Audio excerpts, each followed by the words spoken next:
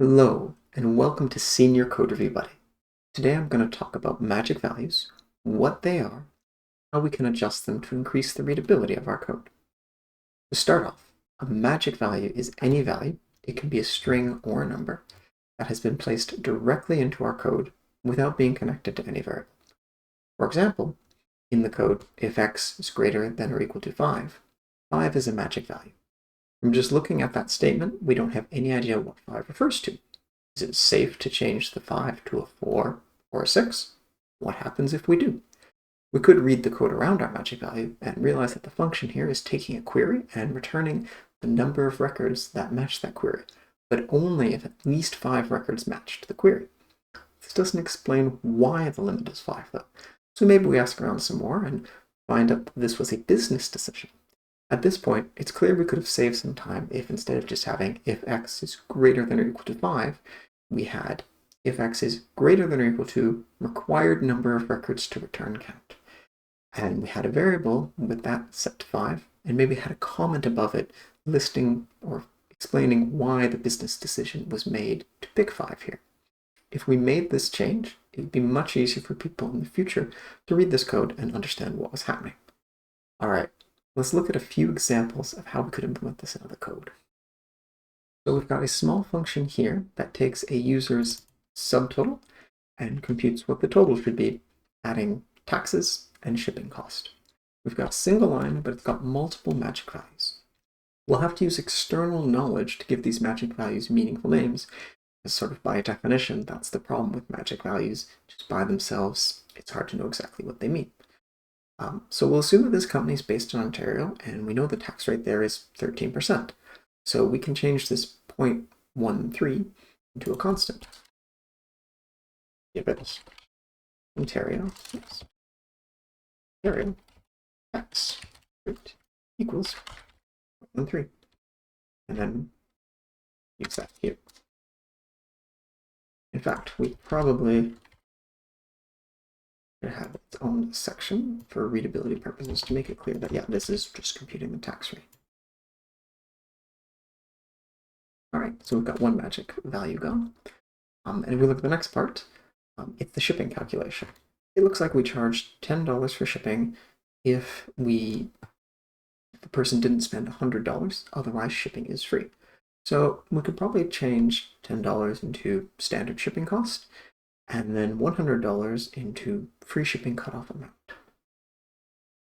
So we have standard shipping cost equals $10, and free shipping amount equals $100. And like last time, I think it's nice to make shipping cost value at its standard shipping cost if subtotal less than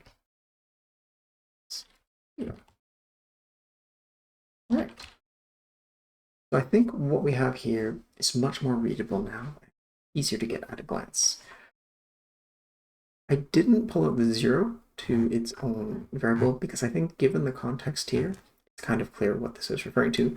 We say free shipping amount, so I think it's okay to do that. If instead of being free, it was potentially a discount, and this was a non-zero number, that would probably make sense to pull out. Another advantage here is because we're explicitly saying where this tax rate is, if we were to start having to make purchases in a different region, it should be clear that, okay, this isn't going to work because this only works with Ontario tax rate. We're going to have to do something different for that. All right, with that, let's head over to example 2. This is just a small code snippet I've created for some imaginary program that shows various metrics related to hockey. I've got one function that gets the list of games happening today, and another that gets the current standings. Both functions are small, easy to read, and I think it's pretty clear what these magic strings are. I still think we can improve this by pulling the magic string out. The first thing to notice is that both of these URLs have the same root because they're talking to the same server. If one day this server was to change, we would have to change both of these lines. Even if sort of the ends weren't changing, we'd have to change it for the beginning.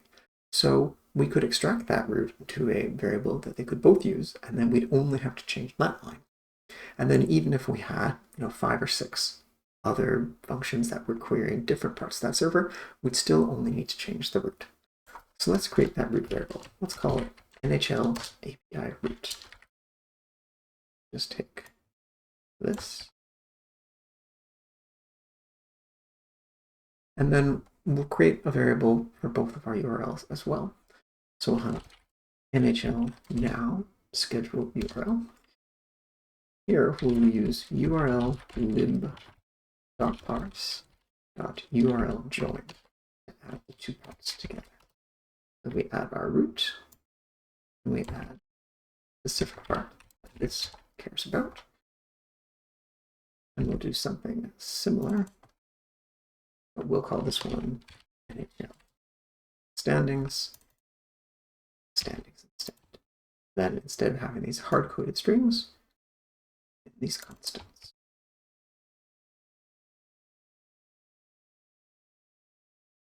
All right, so we've removed the magic values here. I think the readability is maybe a little bit better with this, but I think the main advantage here is that we've factored out some commonality that we have in these magic values. All right, and with that, let's move on to our final example. All right, this example is for a personal project I've had for a number of years that interacts with my podcast collection. This is just the beginning of a function that is probably too large, but this is the only part of it that had a bunch of magic values. Skimming through the code, we see a couple of magic values.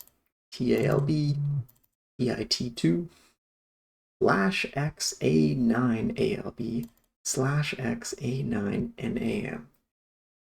These aren't very great. It's very unclear to me at a glance what these mean. After poking around my code for a while though, and Googling these values, I realized and remembered that these are all the tag identifiers.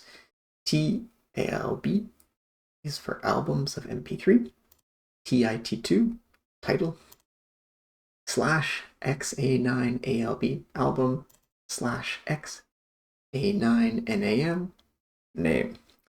So I think it's very clear that these would be much easier if we used constants and names for writing that, as opposed to having them directly in there. I think this would be greatly improved by having something like MP3 ID3 title tag equals TALB, and then MP3 P3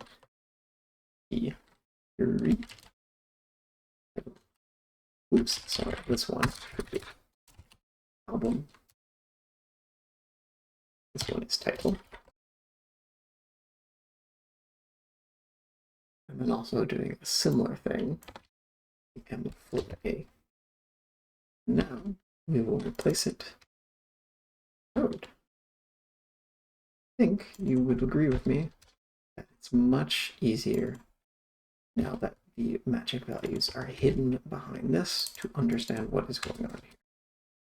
It helps in MP3, but I think it definitely helps the most in M4A down here, where these strings feel much more magical and unclear with what they were doing before. Right.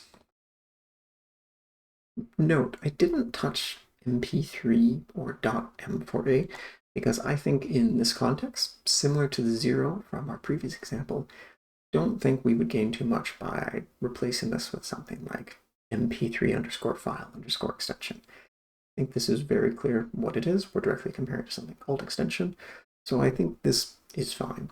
I think you could maybe make an argument that these as well should be extracted, but I don't necessarily see the best gains for that, so I'm just going to leave it as is. All right, well, that wraps up that example.